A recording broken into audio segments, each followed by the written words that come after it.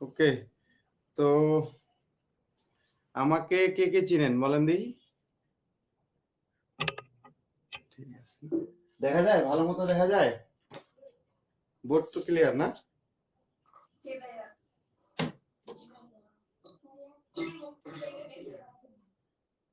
ও, ভালো মতো দেখা যায় না?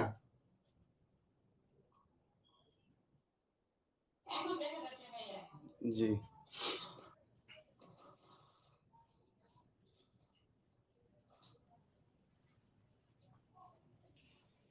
তো আসলে আমরা আজকে একটু বেসিক নিয়ে আমি আমার আগে পরিচয়টা দিয়ে নিই, তারপরে হচ্ছে আমরা আলোচনাতে যাই।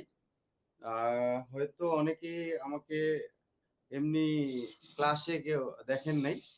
তো আমার নাম হচ্ছে মহেশ্বর বর্মন। আমি আহ, আপনাদের সাথে আপাতত নন মেজরে যুক্ত আছি এবং বাকিগুলো ক্লাসগুলোতে থাকবো ইনশাল্লাহ। হয়তো দেখি কতদূর যাওয়া যায়। আর এক কথায় শেষ, আপনাদের প্রিয় প্রতিষ্ঠান হচ্ছে ডিও ইবিজি গ্রুপের সাথে যুক্ত হয়ে আপনাদের কিভাবে ভালো করা যায় সেটার সাথে সংযুক্ত আছি আপাতত। ঠিক আছে, তো আজকে আমরা নন মেজর যে আপনাদের সাবজেক্ট আছে, কয়টা সাবজেক্ট আছে? দুইটা। কি কি? একটা তো হচ্ছে political organisation and political system of UK and USA, আর একটা হচ্ছে কি সোসিওলজি অফ বাংলাদেশ। এই দুইটাতে আমরা অনার্সে পড়া অবস্থায় অনেকেই হয়তো এটাতে গুরুত্ব কম দেন, বা গুরুত্ব হচ্ছে ততটা দেওয়া হয় না যেগুলো আমরা মেজর সাবজেক্ট গুলোকে গুরুত্ব দেই। সেই অনুসারে আমরা এই নন মেজর সাবজেক্ট গুলোকে গুরুত্ব দেই না, যার কারণে দেখা যাচ্ছে নন মেজর সাবজেক্ট গুলোর রেজাল্টটা সেরকম ভাবে আমরা পাই না। তো আমাদের কথা হচ্ছে যে আমরা শুধু মেজর সাবজেক্ট গুলোকে গুরুত্ব দিব না, নন মেজর সাবজেক্ট গুলো একটা সাবজেক্ট এসে একটা সাবজেক্ট হিসেবে আমাদের যতটুকু রেজাল্ট করার দরকার ভালোর দিক থেকে, সেই রেজাল্টটা আমরা করব। ঠিক আছে, সেই লক্ষ্যে কিন্তু আমরা ফাউন্ডেশন ব্যাচে নন মেজর সাবজেক্ট গুলো কি করছি, অ্যাড করছি। এখন আরেকটা বিষয়, আমার ক্লাসটা হচ্ছে লাইভে আছে, সাউন্ড ক্লিয়ার আছে কিনা একটু জানাবেন এখান থেকে। ভাইয়া বোর্ডটাই দেখা যাচ্ছে কোথায়? না। কোথা থেকে? লাইভ থেকে? লাইভ থেকে নেটওয়ার্কের সমস্যা হয়তো আপনার ওখানে। জি, ওকে। তো লাইভ লাইভে শোনা যায়, সাউন্ড শোনা যায়? একটু ক্লিয়ার করে।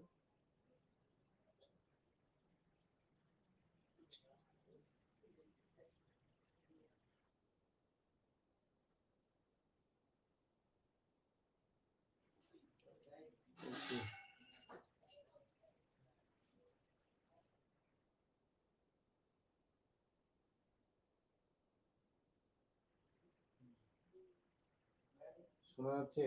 একটু লাইভে গিয়ে জানান না, বুঝতে পারছি না।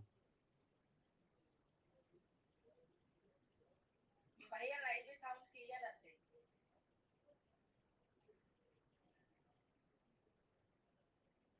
আপনাদের জাপান ভাইয়া চেঞ্জ হয়ে গেছে। হ্যাঁ ভাইয়া তাই তো দেখতেছি। জাপান ভাইয়া চেঞ্জ হয়ে গেছে আজকে, জাপান ভাইয়া নাই আজকে। আপনাদের নতুন ভাইয়া যুক্ত হয়েছে আপনাদের সাথে। তো নতুন ভাইয়ার পরিচয় আপাতত দেওয়া হয়েছে অলরেডি, প্রথমে আর পরিচয় দিতে যাচ্ছি না। আমরা নন মেজর নিয়ে কথা বলতেছিলাম, এটা একটু কথা বলি। তো নন মেজরে আমরা যেটা বলছিলাম যে আমরা প্রত্যেকটা সাবজেক্ট যেভাবে মূল্যায়ন করি, ঠিক এই নন মেজর দুইটা সাবজেক্টও আমরা একইভাবে মূল্যায়ন করব। যার জন্য আমরা ফাউন্ডেশন ব্যাচে আগেই বলে দিছি যে আমরা প্রতিটা সাবজেক্টে বেসিক থেকে একদম হায়ার লেভেল পর্যন্ত প্রতিটা প্রশ্ন থেকে অধ্যায় খুব সুন্দর করে পড়ে, যাতে করে আমরা এই ফাউন্ডেশন ব্যাচের সাথে যারা যুক্ত আছি সবারই ভালো রেজাল্ট হয়, সেই দিকটা বিবেচনা করেই কিন্তু আমরা ফাউন্ডেশন ব্যাচটি লঞ্চ করছি। ঠিক আছে, এই ফাউন্ডেশন ব্যাচে যারা আপনারা পড়বেন, হ্যাঁ, আমি আশাবাদী যে আপনাদের প্রত্যেকটা বিষয় সুন্দরভাবে ক্লিয়ার হবে এবং ফাইনালে একটা ভালো প্রস্তুতি নিয়ে পরীক্ষা হলে পৌঁছাতে পারবেন। ঠিক আছে, তো আর আমি আজকে যে সাবজেক্টটা নিয়ে কথা বলবো সেটা হচ্ছে political organisation and the political system of UK and USA. আমরা এটার বাংলা সবাই জানি, হ্যাঁ, রাজনৈতিক ব্যবস্থা, হ্যাঁ, রাজনৈতিক ব্যবস্থা এবং হচ্ছে কি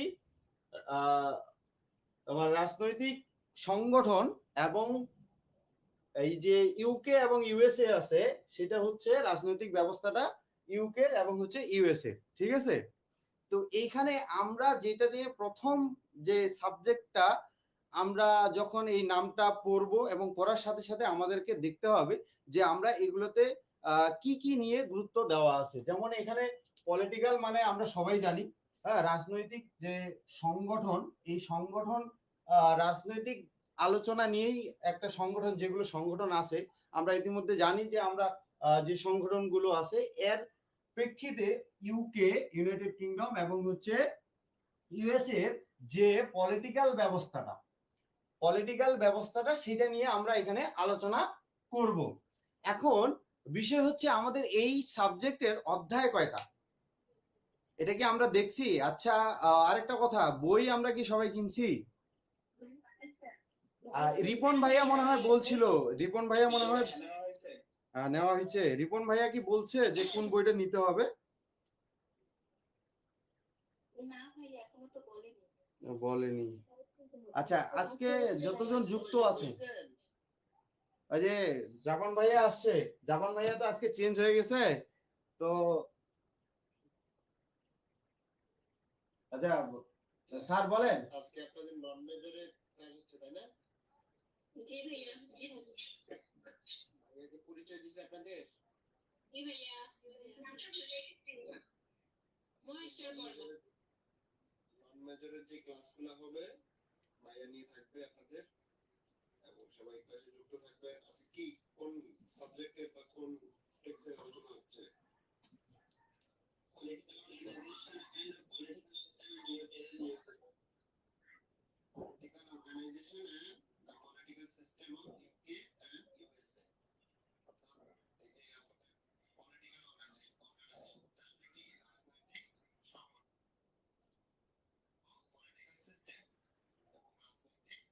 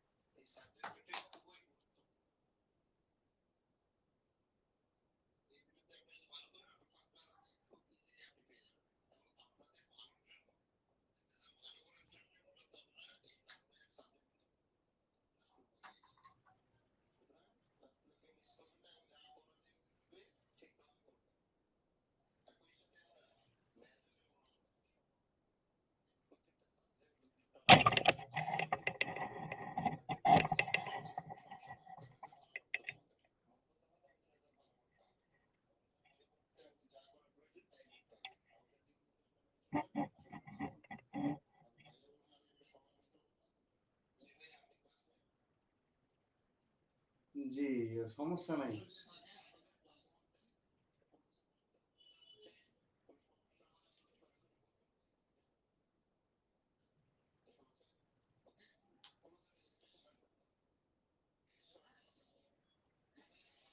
জি, জি, জি ভাই। ভাইয়াকে ধন্যবাদ আসে গুরুত্বপূর্ণ কিছু কথা বলার জন্য আমাদের ক্লাসের মধ্যে, ঠিক আছে? আচ্ছা, অনেকে বলছে আমার নাম মনে নেই। আমি বললাম না?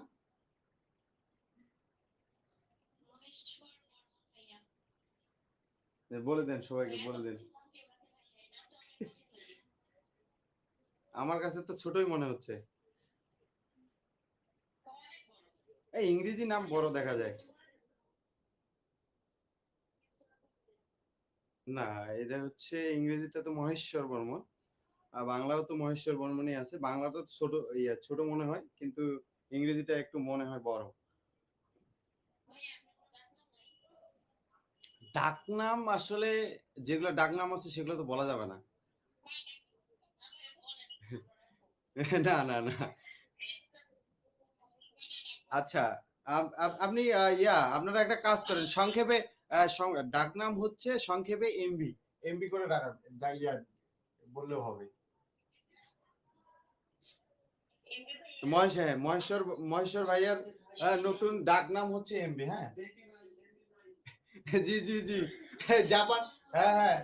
এই যে, হ্যাঁ, জিপি ভাইয়া, তারপরে হচ্ছে এমবি ভাইয়া, আরএস। হ্যাঁ, আরএস তে কি হচ্ছে তাহলে? আচ্ছা, হ্যাঁ, এই যে হচ্ছে কি জাহিদ ভাইয়া, হাসনাত জাহিদ ভাইয়া। তো ঠিক আছে, এই যে আপনাদের সবার ভাইয়ের শর্টকাট নাম দিয়ে দিছি না? আচ্ছা, আমরা ইয়াতে যাই, সাবজেক্টে যাই। Political organisation. হ্যাঁ, পলিটিক্যাল অর্গানাইজেশন, রাজনৈতিক সংগঠন। এখানে আমরা 7টা অধ্যায় দেখব। এই 7টা অধ্যায় যদি আমরা ভালো করে পড়ি, এখানে বেসিক যে বিষয়গুলো আছে সেগুলো পড়ব। এবং হচ্ছে যে প্রশ্নটা বা যে প্রশ্নগুলো আসার মতো এবং আসবেই পরীক্ষায়, সেই প্রশ্নগুলো আমরা সচরাচর এখানে আলোচনা করব। এবং যেগুলো সমস্যা আমরা বুঝতেছি না, ভাইয়াকে সহজ সরল ভাষায় বলবো যে ভাইয়া আমি এখানে বুঝতেছি না। হ্যাঁ, আমি আমার সর্বোচ্চ চেষ্টা করব সেইগুলো বুঝাই দেওয়ার, ঠিক আছে? তো এই সাবজেক্টের প্রথম যে অধ্যায়টা, সেইটা আমরা দেখতেছি যে হচ্ছে কনস্টিটিউশন, অর্থাৎ সংবিধান। হ্যাঁ, আমরা 1 নাম্বার অধ্যায়গুলো নিয়ে একটু বিস্তারিত আলোচনা করব আজকে। এই অধ্যায়গুলো আহ, আলোচনা করার দরকার, কারণ হচ্ছে আমরা যদি আগে যে কোনো বিষয়ে ধারণা না নেই যে এই অধ্যায়ে কি কি আছে, আমরা কি কি পাবো এই বই থেকে পড়ে, বা এই বইগুলো মানে এই অধ্যায়গুলো আমাদেরকে কিভাবে পড়তে হবে, হ্যাঁ, কোন অধ্যায় কোন বিষয়ে, হ্যাঁ, সেগুলো জানা থাকলে আমাদের পরবর্তী ধাপগুলো সহজ হবে। পরে আমরা অধ্যায়টাকে বিস্তারিত আলোচনা করে কি কি টপিকস আছে সেই টপিকস গুলো আমরা সুন্দর করে বুঝে তারপরে আমরা প্রশ্নে যাব, যেগুলো মেইন, মানে অর্থাৎ পরীক্ষার জন্য খুবই খুবই গুরুত্বপূর্ণ। সেই প্রশ্নগুলো আমরা ডিটেলস ভাবে আলোচনা করব, ঠিক আছে? তো আমরা প্রথম যে অধ্যায়টার নাম, সেটা হচ্ছে কনস্টিটিউশন।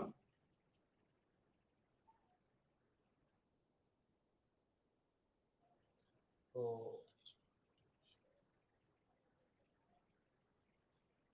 এর বাংলা কি? সংবিধান। আচ্ছা, সংবিধান এই বিষয়টাতে আমরা কি কি আলোচনা করব, মানে সংবিধানের আহ, যত কিছু আছে আসলে সংবিধান কি নিয়ে কাজ করে, কেন সংবিধান তৈরি করতে হবে, কি কারণে কিভাবে প্রণীত হয়, এবং সংবিধান কি জিনিসটা কিভাবে মানে কত প্রকার, এবং হচ্ছে এটা সংসদীয় কেন হয়, অনেক বিষয় আছে। কিন্তু তার মধ্যে আছে হচ্ছে সংবিধানের প্রথম হচ্ছে সংবিধানের অর্থ। সংবিধানের অর্থ এবং হচ্ছে তাৎপর্য, এই এই বিষয়টা আমরা এখান থেকে এই অধ্যায় থেকে প্রথম আলোচনা। তারপরে হচ্ছে শ্রেণীবিন্যাস, এবং হচ্ছে পরে আহ, সংবিধান প্রণয়ের পদ্ধতি সমূহ, যেটা একটু আগে আমি বলতেছিলাম। যেমন উত্তম সংবিধানের গুরুত্ব ও প্রয়োজনীয়তা। হ্যাঁ, এই অধ্যায়ে আমরা এই বিষয়গুলো জানবো, অর্থাৎ সংবিধান কি কি নিয়ে কাজ করে, সংবিধান কেন আমরা এই বিষয়গুলো এই অধ্যায়ে আমরা পাবো। আমরা এটা যেহেতু প্রথম অধ্যায়, আজকে আমরা আগে অধ্যায়গুলো জানিনি, এবং অধ্যায়গুলো জানার পরে তারপরে হচ্ছে আমরা একটু আলোচনা করার সময় পেলে আমরা আলোচনা করব, ঠিক আছে? তো সংবিধান, তারপরে দ্বিতীয় অধ্যায়ের নাম হচ্ছে ফর্ম অফ গভর্নমেন্ট।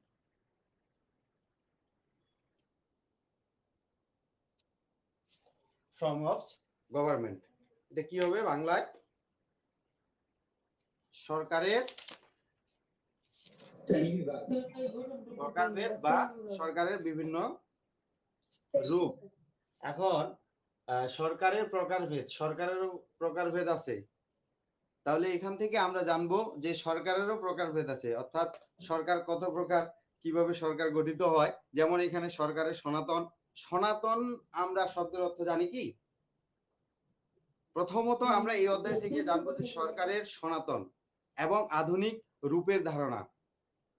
সরকারের সনাতন, সনাতন হচ্ছে যে মানে আগের যে প্রথাটা ছিল, আগের যে ব্যবস্থাগুলো ছিল, সেইগুলো কিভাবে আগের সরকার ব্যবস্থাটা গুলো পরিচালিত হইতো সেইটা। আর আধুনিক রূপের ধারণা, এই আধুনিক, এখন আমরা তো আধুনিক যুগে আছি নাকি? এই আধুনিক যুগের যে, হ্যাঁ, যে ব্যবস্থাটা সেইটা। তারপরে হচ্ছে গণতন্ত্র, একনায়কতন্ত্র, সংসদীয় ব্যবস্থা, রাষ্ট্রপতি শাসিত সরকার। আমরা রাষ্ট্রপতি শাসিত সরকার 2024-এ দেখছি না? 24শে জুলাই কয়দিন ছিল বলেন? প্রশ্ন এটা, কয়দিন ছিল? কি বলতে পারবে?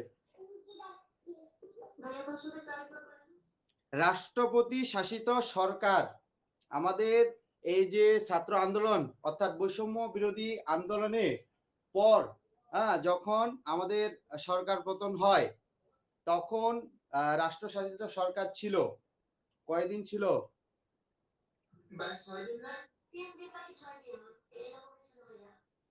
3 দিন না 6 দিন, মনে নাই ঠিক মতো। আচ্ছা, কেউ বলেন, শিওর বলেন। হ্যাঁ, আমাদের বর্তমান সরকার আস্তে আস্তে মোটামুটি 5 দিন না 6 দিন সময় নিয়েছিল, তাহলে 6-7 দিন তো হবে। আচ্ছা, যাও।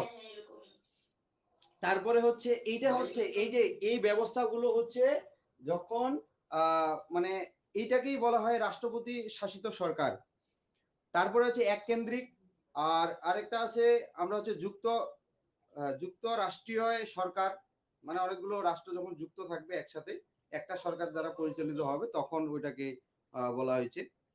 তো এই বিষয়গুলো আমরা এই ফর্ম অফ গভর্নমেন্ট এই অধ্যায় থেকে আমরা এগুলো ধারণা পাবো।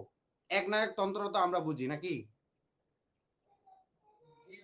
আমাদের অনেকটা হচ্ছে আমরা বলতে পারি একনায়কতন্ত্রে আমরা অনেকদিন ধরে ছিলাম নাকি? তো সেইটার আমাদের এই জুলাইয়ে সেটার অবসান হয়েছে। এখন আমরা আপাতত যে বিষয়টাতে মানে করছি, মানে এখন যেটা হতে যাচ্ছে যে নির্বাচনীয় সরকার বা নির্বাচনের মাধ্যমে সরকার গঠিত হবে, তাহলে এই সরকারকে আমরা এখন কি বলবো? গণতান্ত্রিক সরকার। এই বিষয়টা নিয়েও আমরা এখানে আলোচনা করব। গণতন্ত্র, একনায়কতন্ত্র তো বললামই, সংসদীয় ব্যবস্থা, আমাদের সংসদীয় ব্যবস্থা হবে। কিছুদিন আগে আমরা মানে পেপারে দিছিল যে আমাদের এবার সংসদীয় ভবন ব্যবস্থা মানে কক্ষ ব্যবস্থা কয়টা হবে বলেন দেখি, কে জানেন এটা? 2 কক্ষ বিশিষ্ট হবে, এবং সিট আসন কতগুলো হবে? 501টা, 501। এখানে আরো ডিটেলস ছিল এখানে, হ্যাঁ, যারা প্রথম আলোতে আসছিল। যাই হোক, আমরা এগুলো দেখলাম। তারপরে 3 নম্বর অধ্যায়ে আমরা জানবো হচ্ছে theory of separation of power, এটার বাংলা করলে কি হয়?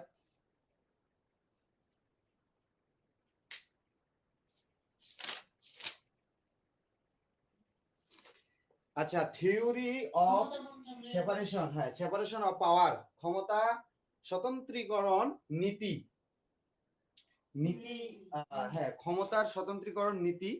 এখানে এই ক্ষমতা স্বতন্ত্রীকরণ নীতির অর্থ কি, তাৎপর্য এবং এটা কিভাবে প্রয়োগ হয়, এই ক্ষমতা যে আছে, ক্ষমতার স্বতন্ত্রীকরণ নীতিগুলো কিভাবে আমরা ব্যাখ্যা করতে পারবো, প্রয়োগ কিভাবে হয়, এর তাৎপর্য কি, সেই বিষয়গুলো এই অধ্যায়ে আমরা জানতে পারবো। তারপরে আছে অর্গানস অফ গভর্নমেন্ট।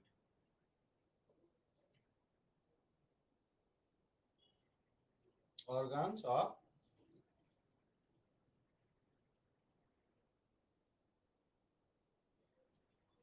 গভর্নমেন্ট, তাহলে আমরা এই অধ্যায় 4 নম্বর অধ্যায়ে কি পাবো? অর্গানস অফ গভর্নমেন্ট, সরকারের অঙ্গসমূহ, হ্যাঁ, অঙ্গসমূহ। আচ্ছা, সরকারের অঙ্গসমূহ কি কি বলেন তো?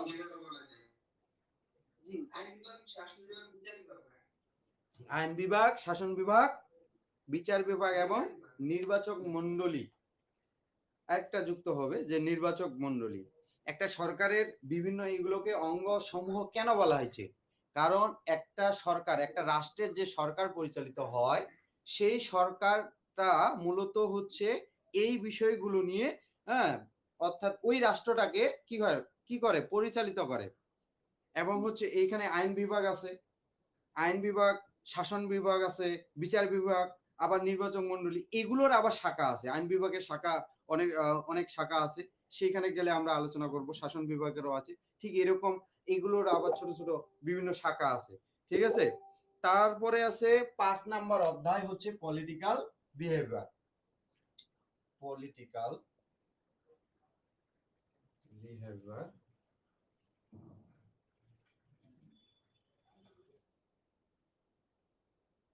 এটা হচ্ছে রাজনৈতিক আচরণ। কি এটা? রাজনৈতিক আচরণ। এটার এটার সম্পর্কে আমরা কি বিস্তারিত বলতে পারবো? যেমন ধরেন যে এই অধ্যায়টার নাম হচ্ছে পলিটিক্যাল বিহেভিয়ার, রাজনৈতিক আচরণ। এই রাজনৈতিক আচরণগুলো আমরা কেমন হয়, আমরা যারা এতদিন আসছি, আমাদের বাংলাদেশের প্রেক্ষাপটে আমরা কিন্তু অনেকটা ধারণা করতে পারতেছি কি না, বলেন দেখি।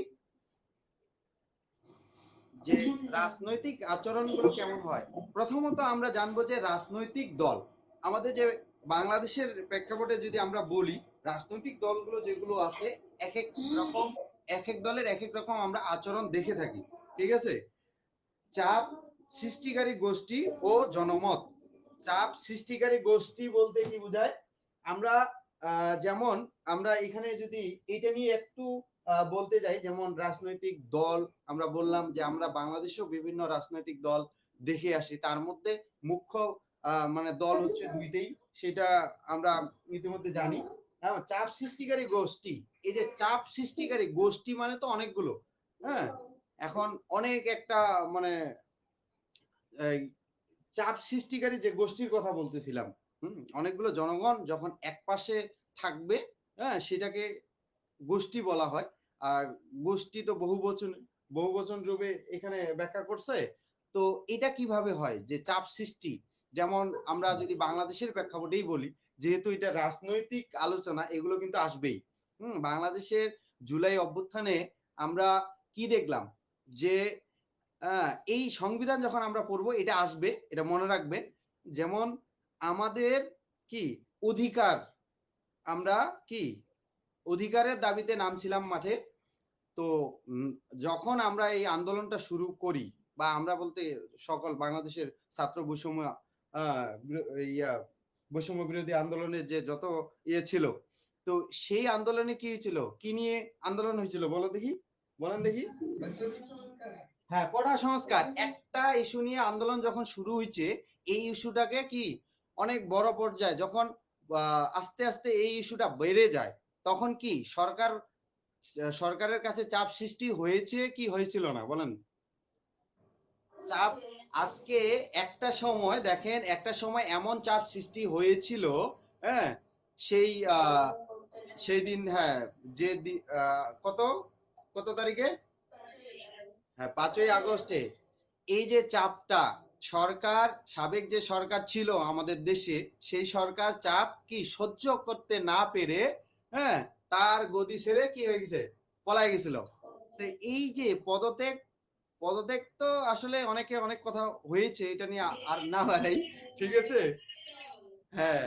তা এখন যা হোক, এই যে বিষয়টা, এটাকে কি চাপ সৃষ্টিকারী কে, একটা গোষ্ঠী করছে না, নির্দিষ্ট একটা গোষ্ঠী সরকারকে চাপ সৃষ্টি করে সরকারের যে আহ, আসলে যে গদি ছিল সেই সরকারের গদিটাকে পদত্যাগ করার জন্য এমন চাপ সৃষ্টি করছে, সেটাকে বাধ্য করাইছে যে তার গদি ছাড়ানো, ঠিক আছে। এই যে এইটা হচ্ছে রাজনৈতিক দলের মধ্যে এমন, আহ, এমন থাকবেই। দেখা যাচ্ছে যে একটা দল চাপ সৃষ্টি করতেছে, আরেকটা দল চাপ কমানোর জন্য চেষ্টা করতেছে অনেক। আমরা এগুলো দেখছি প্রতিনিয়ত। বিস্তারিত আলোচনা যখন আমরা এই এই এই চ্যাপ্টারে পড়বো, তখন আরো অনেক কিছু আসবে। তো আমরা সংবিধানটা পড়লে আরো ওইখানে কিছু কিছু জিনিস আছে যেগুলো নিয়ে আমরা এই এটা ক্লিয়ার একদম বুঝবো আর কি। তো জনমত, জনমতের তো থাকবেই। তারপরে হচ্ছে ব্রিটিশ, 6 নম্বর অধ্যায় হচ্ছে ব্রিটিশ পলিটিক্যাল সিস্টেম। অর্থাৎ আমরা এই অধ্যায়ে 7টা আগে শেষ করি, তারপরে আমরা আরেকটু আলোচনায় যাব। British, British political system.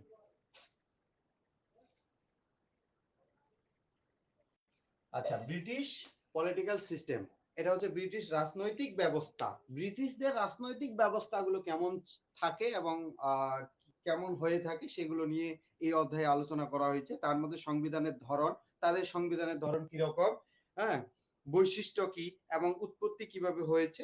তারপরে হচ্ছে সাংবিধানিক রীতিনীতি, রাজতন্ত্র, আইনসভা, প্রধানমন্ত্রী, তারপরে মন্ত্রিসভা ও দলীয় ব্যবস্থা, এগুলো নিয়ে এই অধ্যায়ে আলোচনা করা হয়েছে। শুধুমাত্র এদের এই ব্রিটিশদের পলিটিক্যাল সিস্টেমটা, এই যেগুলো আমি বললাম, সেই এই অধ্যায়ে এইগুলোর বিস্তারিত আলোচনা করা হয়েছে। সেখানে তাদের সাংবিধানিক রীতিনীতি কি থাকবে এবং হচ্ছে তাদের যে বৈশিষ্ট্যগুলো, আহ, রাজতন্ত্র, আইনসভাগুলো কিরকম হয়, হ্যাঁ, সেইখানে আরেকটা বিষয় আছে, ব্রিটিশদের যে সংবিধান আছে সেটা লিখিত না অলিখিত।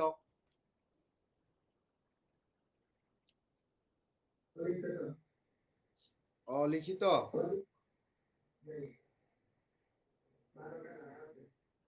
আচ্ছা, তারপরে আমরা লাস্ট যে চ্যাপ্টার, সেটা হচ্ছে আমেরিকান পলিটিক্যাল সিস্টেম।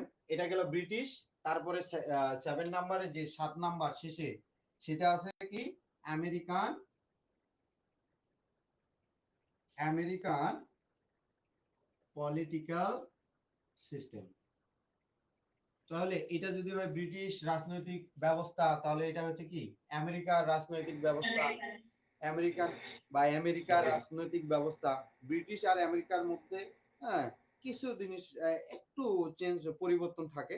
তারপর আমরা এখানে এই যে ওই একই বিষয়গুলো দেখব, যে সংবিধানের ধরন ও প্রকৃতি, নিয়ন্ত্রণ, ভারসাম্য, রীতি, রাষ্ট্রপতি, কংগ্রেস, আইনসভা, বিচার বিভাগ এবং হচ্ছে রাজনৈতিক দলসমূহ।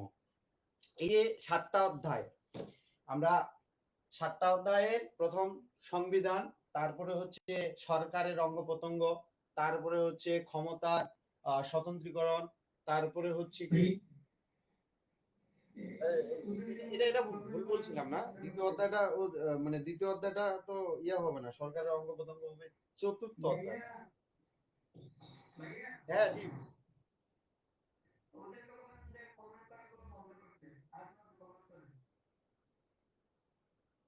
ক্লাস করতেছেন না কমেন্ট করতেছেন?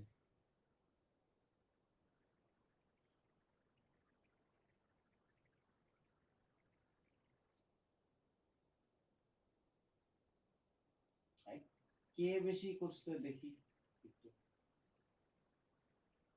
কার বিয়ে রে?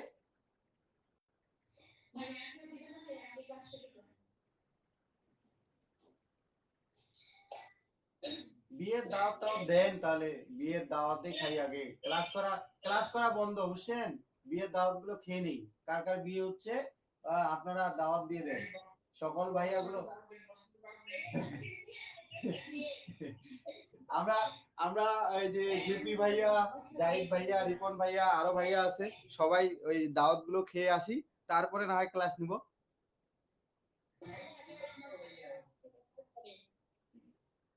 দাওয়াত আগে আগে কে খাওয়াচ্ছেন সেটা বলেন। আপনাদের সাথে তো এই যে আপনাদের সাথে আমি এখনো ভালো করে পরিচয় হইতে পারলাম না, আর এখন আমার বিয়ে খাবেন। আমি বিয়ে করছি কি না সেটাও তো জানেন না, আর বিয়ে খাই।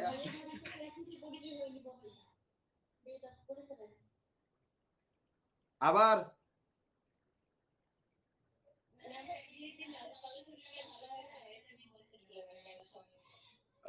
আচ্ছা, ওই যে ওইটাই বললাম, এই যে ভাই বুঝছে বিষয়টা।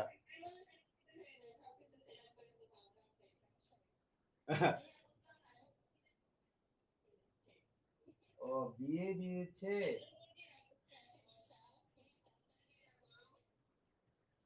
ও আচ্ছা, দেন দেন, আমরাও, হ্যাঁ আমরাও খাইতে আসবো শুনেন। আর এই যে একটু আলোচনাটা আমরা থামাই, ওই আলোচনা করলে সময় শেষ। আমরা ওই যে আগের মিট থেকে যাইনি, মিট এটা হচ্ছে জেবি ভাইয়ার ইয়া থেকে, জিমেল থেকে গেছি। তো এই জিমেল গুলাতে 1 ঘন্টার বেশি ইয়ে হয় না, মানে ক্লাস নেওয়া যায় না, ঠিক আছে। সেই অনুসারে আমরা একটু এই ক্লাসে মনোযোগ দিব, একটু গুরুত্বপূর্ণ আলোচনা, অল্প একটু আমরা আলোচনা করব, সেটা সবাই শুনি। আমরা এই 7টা অধ্যায়ের যে টপিক গুলো আছে, আপনারা যে বইটা কিনছেন, যা যিনারা বই কিনছেন সমস্যা নাই, কি বই কিনছেন না মানে সেটা ব্যাপার না, কিন্তু হচ্ছে আমরা যে বইটা পড়াবো, আপনাদের রিপন ভাইয়া যে কথাটা বলছিল যে আপনাদের আপনাদের বই এবং হচ্ছে আমাদের বই যদি সেম হয়, তাহলে হবে কি, পড়ানোর সুবিধা হবে। হ্যাঁ, তো সেই অনুসারে আমরা এই যে ব্যতিক্রম আছে, আপনারা সবাই তো হয়তো কি পড়েন জানি না, আপনারা ব্যতিক্রমের বইটা নিতে পারেন।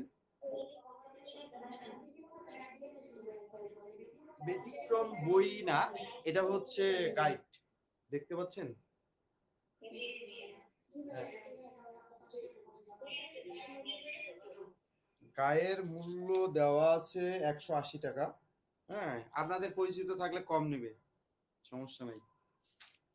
যে কোনো লাইব্রেরি, বাংলাদেশের যে কোনো লাইব্রেরিতে পাবেন এই ব্যতিক্রম, বাংলাদেশে সর্বোচ্চ বেশি চলে, মানে সর্বোচ্চ এটা হচ্ছে নামধারী বই ব্যতিক্রম। আচ্ছা হ্যাঁ, এখান থেকে সুবিধা হবে একটাই, যেমন আমি যেটা পড়াবো সেই অনুসারে কি কি পড়াচ্ছি এবং কোনটা ইম্পর্টেন্ট বলে আমি বিবেচনা করছি, আপনারাও বুঝতে পারবেন কেন ইম্পর্টেন্ট। হ্যাঁ, সেটা কোন কোন সালে আসছিল এবং এটা আমাদেরকে কতটুকু গুরুত্ব দিয়ে পড়তে হবে আমি তো বলবোই। হ্যাঁ, সেই সাথে আপনারাও বুঝতে পারবেন যে না আসলে ভাইয়া কেন বলছিল। হ্যাঁ, সেইটা আমরা মানে বই যদি একই থাকে তাহলে আপনারা বুঝতে পারবেন যে না এই জন্যই হয়তো ভাইয়া বলছিল, এবং এটা আসার মতো প্রশ্ন, ঠিক আছে। তো এই অনুসারে এক্সাম, দ্বিতীয় বর্ষের এক্সাম, হ্যাঁ শেষ হয়েছে তো। আমরা আমরা ফাউন্ডেশন ব্যাচ যে শুরু করছি কত তারিখ থেকে, জানুয়ারি 10 তারিখ থেকে, আজকে আজকে 2 তারিখ। ক্লাসগুলো করে কি মনে হচ্ছে?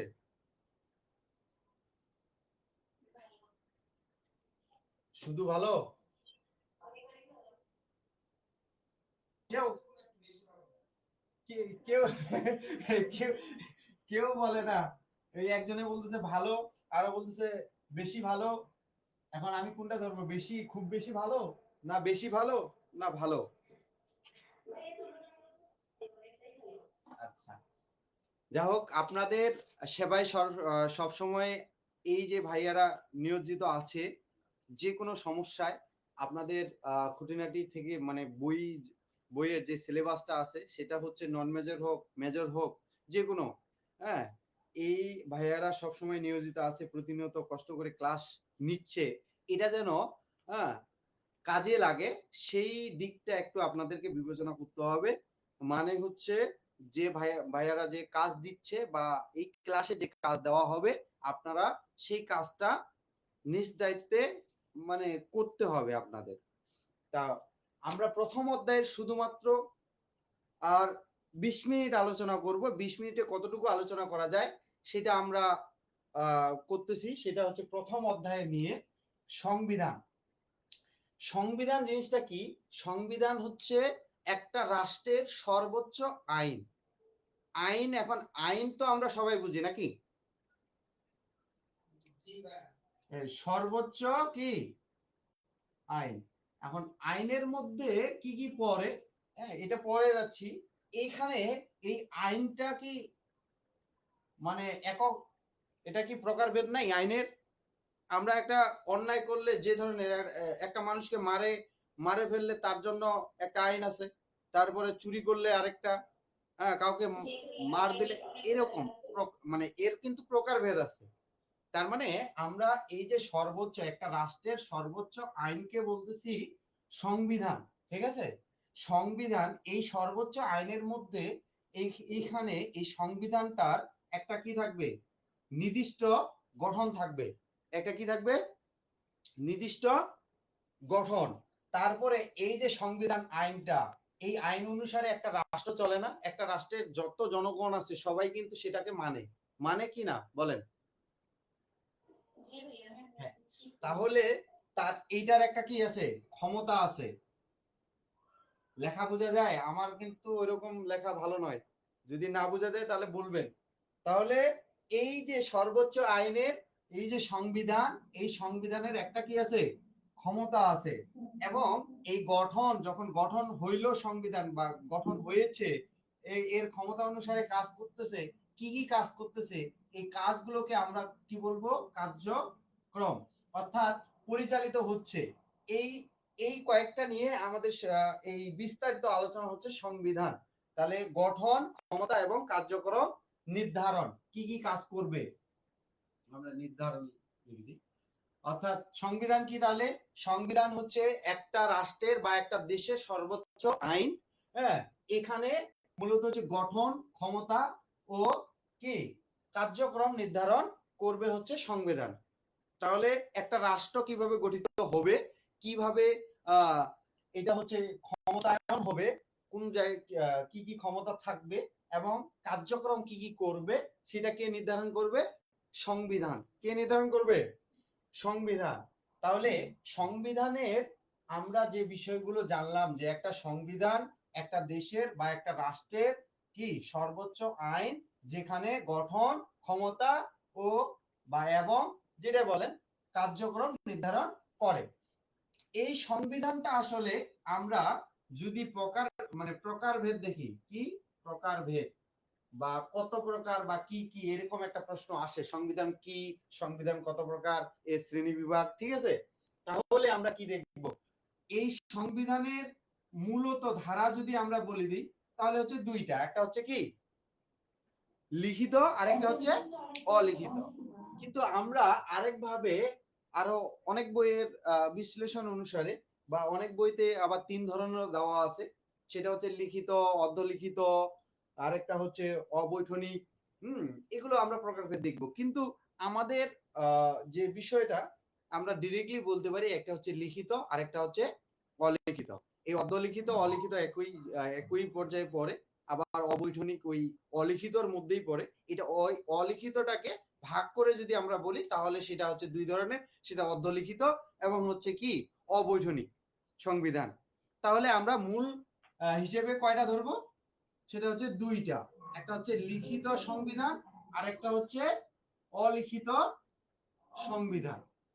তাহলে এই দুইটা আমরা এই সংবিধানের প্রকারভেদ দেখলে আমাদের প্রথমে আসবে দুইটা। এখন সংবিধানের অনেকে আপনি প্রশ্ন করতে পারেন যে সংবিধানের সংজ্ঞা অনুসারে বা সংবিধান কি, এটা নিয়ে আমরা আজকে বিস্তারিত আলোচনা শুধু না, এটা একটু আলোচনা করার জন্য আমি মূলত হচ্ছে একটু এইখানে গেছি সংবিধানের। এখন এইখানে সংবিধানের সংজ্ঞাটা আমরা সহজ করে বলতে পারি যে সংবিধান হচ্ছে একটি দেশের সর্বোচ্চ আইন, যা কি গঠন ক্ষমতা ও কার্যক্রম নির্ধারণ করে। এভাবে সহজভাবে আমরা সংবিধান কি প্রশ্ন আসলে উত্তর দিয়ে দিতে পারবো। এখন আপনারাই নিজেরাই একটু চিন্তা করলে এই সংজ্ঞা মনে থাকবে। এটা মনে না থাকার কোনো কিছুই না। সংবিধান কি? একটা রাষ্ট্রের সর্বোচ্চ আইন, সর্বোচ্চ আইন যা গঠন ক্ষমতা ও কার্যক্রম কি নির্ধারণ করে। সংবিধান কত প্রকার? সংবিধান হচ্ছে দুই প্রকার, একটা হচ্ছে লিখিত আর একটা অলিখিত। এখন লিখিত সংবিধানে কি কি থাকবে বা লিখিত সংবিধান কি, কারো জানা আছে আপনাদের? এখন দলিল কি? দলিল কি?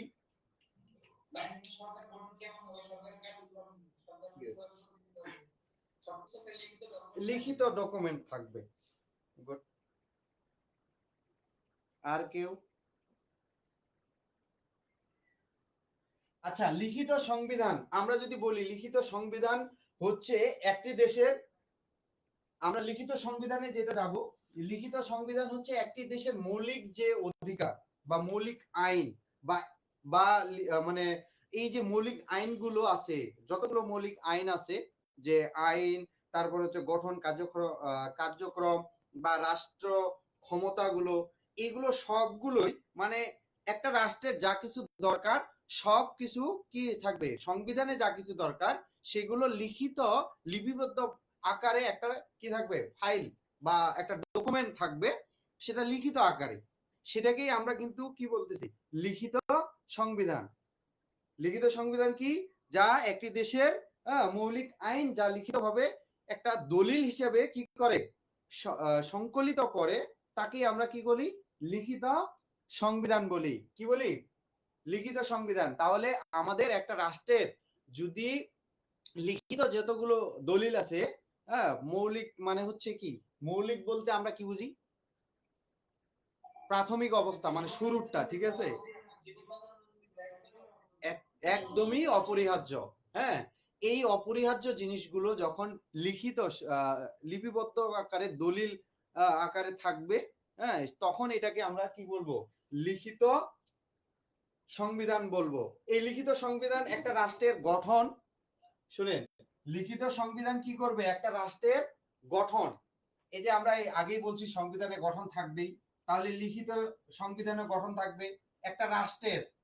হ্যাঁ, রাষ্ট্রের কি থাকবে, গঠন, আবার কি থাকবে, রাষ্ট্রটাকে কার্য মানে কার্যক্রম, রাষ্ট্রের কার্যক্রম, এবং প্রত্যেক নাগরিকের অধিকার ও কর্তব্য।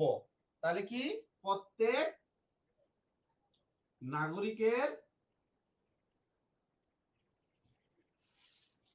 নাগরিকের অধিকার ও কর্তব্য। এখন এই যে আমি এই টপিক মানে এই লাইনটা লিখলাম যে গঠন কার্যক্রম, প্রত্যেক নাগরিকের অধিকার ও কর্তব্য। একটা সংবিধান প্রণয় করতে গেলে, একটা তৈরি করতে গেলে এই বিষয়গুলো লিখিত ভাবে সীমাবদ্ধ মানে লিপিবদ্ধ থাকবে। ঠিক আছে, একটা নাগরিকের অধিকার ও কর্তব্য কি কি থাকবে সেখানেও সুন্দর করে লেখা থাকবে। তারপরে এই লিখিত সংবিধান নির্দিষ্ট সময়ের মধ্যে প্রণীত হয়। এটা কি হয়, নির্দিষ্ট সময়ের মধ্যে প্রণীত হয়। তাহলে আমরা এটা লিখতে পারি যে নির্দিষ্ট সময়ের মধ্যে প্রণীত হয়। সময়ের মধ্যে, এখানে মধ্যে লিখতে হতো, মধ্যে প্রণীত হয়। তাহলে এইটা, এই যে লিখিত সংবিধান যখন আমরা তৈরি করব, এটা নির্দিষ্ট একটা সময় থাকবে, এই সময়ের মধ্যে এটাকে কি করতে হবে, তৈরি করতে হবে। তাহলে আর পরে আমরা এটা লিখিত সংবিধানের সম্পর্কে কি বলতে পারি, এই লিখিত সংবিধানের মূল উদ্দেশ্য হলো কাঠামো ও প্রশাসনিক পদ্ধতিকে কি করে, সুসংগঠিত করে বা সংহত করে। এইখানে মূল উদ্দেশ্য যেমন কাঠামো ও প্রশাসনিক পদ্ধতি আমাদের এই যে সংবিধানের যে বিষয়গুলো আসে সেগুলোকে এটাকে শক্তিশালী করার জন্য যে বিষয়টা সেটাই হচ্ছে কিন্তু লিখিত। এখন আমরা যখন আন্দোলনে বলছিল কি যেন ওই যে যখন আমরা গত বছরগুলোতে যখন আমাদের বাক স্বাধীনতা ছিল না সেই ক্ষেত্রে আমাদের কিন্তু অধিকার, নাগরিকের যে প্রাপ্য অধিকার বা সমান অধিকার সেই অধিকারটা কি আমাদের ছিল?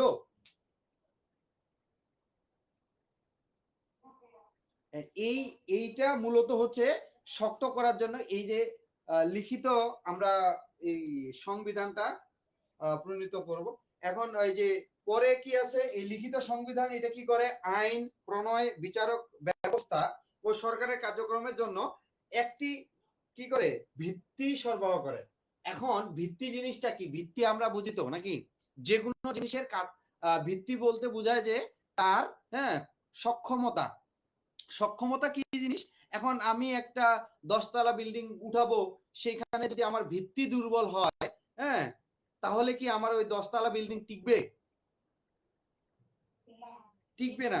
তাহলে সেক্ষেত্রে আমি একটা সংবিধান তৈরি করব, সেই সংবিধানের যে ব্যবস্থাপনাগুলো বিচারক মানে সবগুলোই সেই ব্যবস্থাপনাগুলো যদি শক্তিশালী না হয় তাহলে তো আমার ওই সংবিধান টিকবে না। টিকবে কি?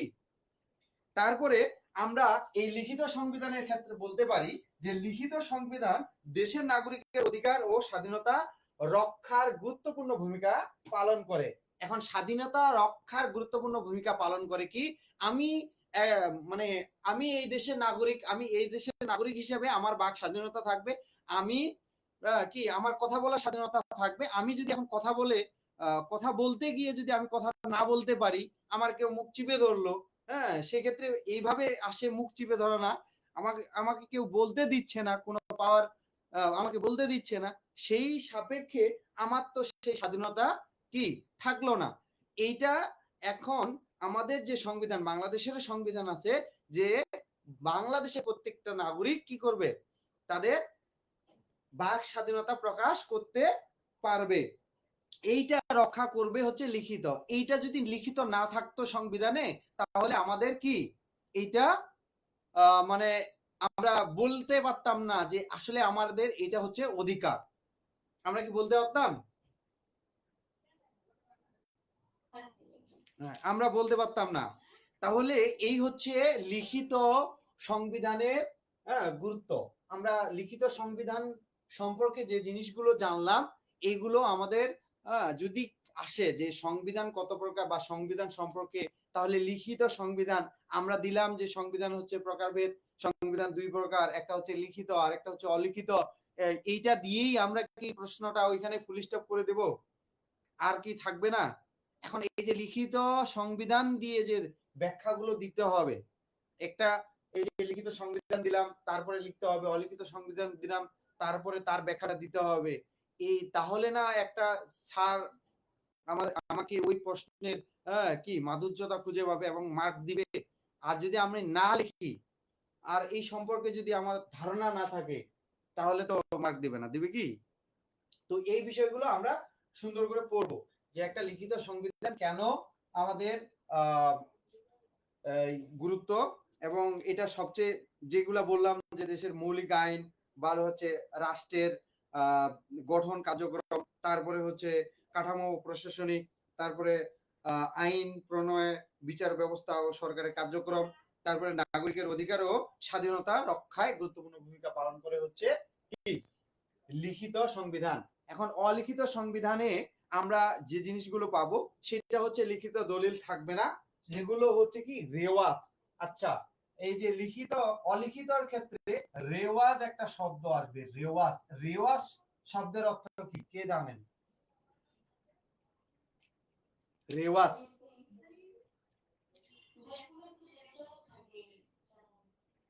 আচ্ছা, আমরা যে গ্রামে বাস করি বা শহরে বাস করি, এটা বেশিরভাগ গ্রামে দেখা যায়। আমাদের একটা সংস্কৃতি আছে, প্রথা আছে, সামাজিক একটা কি আইন কানুন আছে, আছে কি? এই আইন কানুন অনুসারে যে রাষ্ট্র পরিচালিত হবে বা যেগুলো মানে অর্থাৎ আগে এটা বলি যে এই আইন কানুন গুলোকে আমরা কিন্তু রেওয়াজ বলতেছি, ঠিক আছে? অর্থাৎ সমাজের সংস্কৃতি, প্রথা এবং হচ্ছে তাদের রীতিনীতি গুলোকেই আমরা রেওয়াজ বলবো, ঠিক আছে? এখানে এই শব্দটা ব্যবহার করা হয়েছে যে রেওয়াজ, অর্থাৎ আমাদের এই মানে অলিখিত সংবিধানে কোনো কিছু লিখিত ভাবে থাকবে না। হ্যাঁ, এখানে শুধুমাত্র এই যে একটা রাষ্ট্রের তাদের ওই যে সংস্কৃতি, তারপর হচ্ছে প্রথা, রীতিনীতি গুলো, যেটা হচ্ছে চলন্ত প্রথা ছিল, আগে যেভাবে চলছে এখনো ওইভাবে চলতেছে, কোনো লিখিত রূপ নেই, সেই সংবিধানকে আমরা অলিখিত সংবিধান বলবো। এবং এখানে অলিখিত সংবিধানের আমরা উদাহরণ হিসেবে কোন দেশের সংবিধানকে বলতে পারি?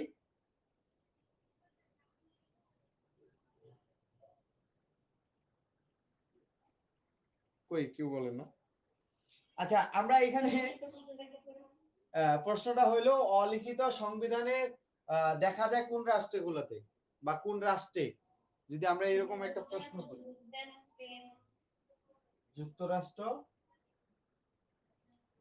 যুক্তরাজ্য, নিউজিল্যান্ড আর হচ্ছে স্পেন। আচ্ছা, এটা হচ্ছে অলিখিত, লিখিত হচ্ছে বাংলাদেশ, ভারত। এগুলো হচ্ছে অলিখিত।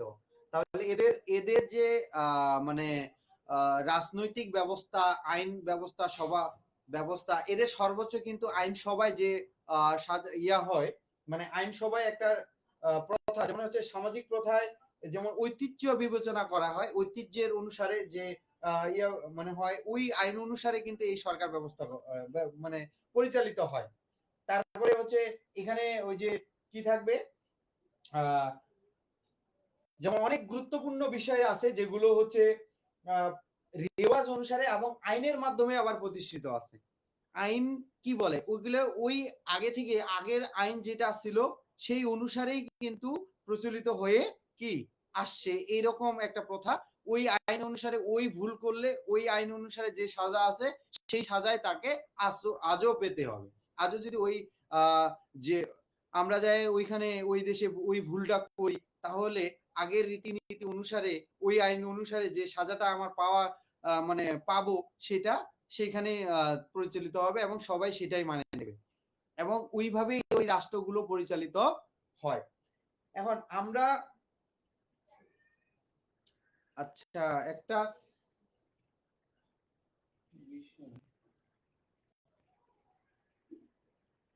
আচ্ছা শুনেন, এই মিটের তো ইয়ে শেষ, অর্থাৎ সময় শেষ। হ্যাঁ, এখন আমরা 3 মিনিট আছে, এই 3 মিনিটের মধ্যে হচ্ছে ডিসকানেক্ট হয়ে যাবে।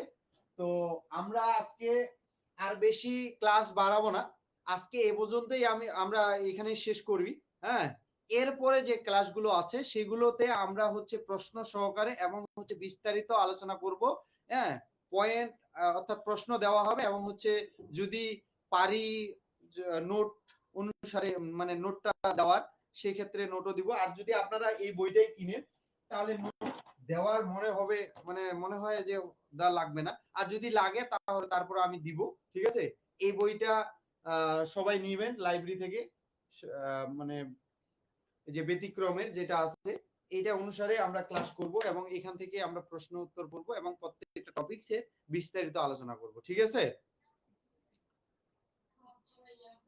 তো আজকের আজকের মূলত কাজ হচ্ছে আপনারা এখন এই যে আমরা আজকে পড়লাম যে সংবিধান, সংবিধানের মূলত হচ্ছে এটা একটা প্রশ্নের ব্যাখ্যা মূলত পড়লাম। এটা প্রশ্নটা হচ্ছে সংবিধান কি, সংবিধানের প্রকারভেদ, ঠিক আছে? তাহলে সংবিধান কি এবং সংবিধানের প্রকারভেদ, সংবিধানটা একটু আপনারা নিজেরাই বাড়িতে পড়বেন যে কি কি আছে আসলে, ঠিক আছে? এইটা আমরা আগামীতে আরো বিস্তারিত প্রশ্নগুলো আলোচনা করব বা টপিকস অনুসারে আলোচনা করব, ঠিক আছে? হ্যাঁ, হোমওয়ার্ক হচ্ছে এই প্রশ্নটা সংবিধান কি এবং সংবিধানের প্রকারভেদ, হ্যাঁ, এইটা বর্ণনা, আর হচ্ছে সংবিধান যে অধ্যায়টা আছে এটা গোটালটা একটা রিডিং বা কি কি টপিকস আছে সেগুলো সম্পর্কে একটু ধারণা নেওয়া, ঠিক আছে? পরবর্তী ক্লাসে আমরা এটা না, আপাতত কোনো পিডিএফ নাই, পিডিএফ তৈরি করা হয়নি, তবে দেখি আমি চেষ্টা করতেছি যদি দিতে পারি, ঠিক আছে?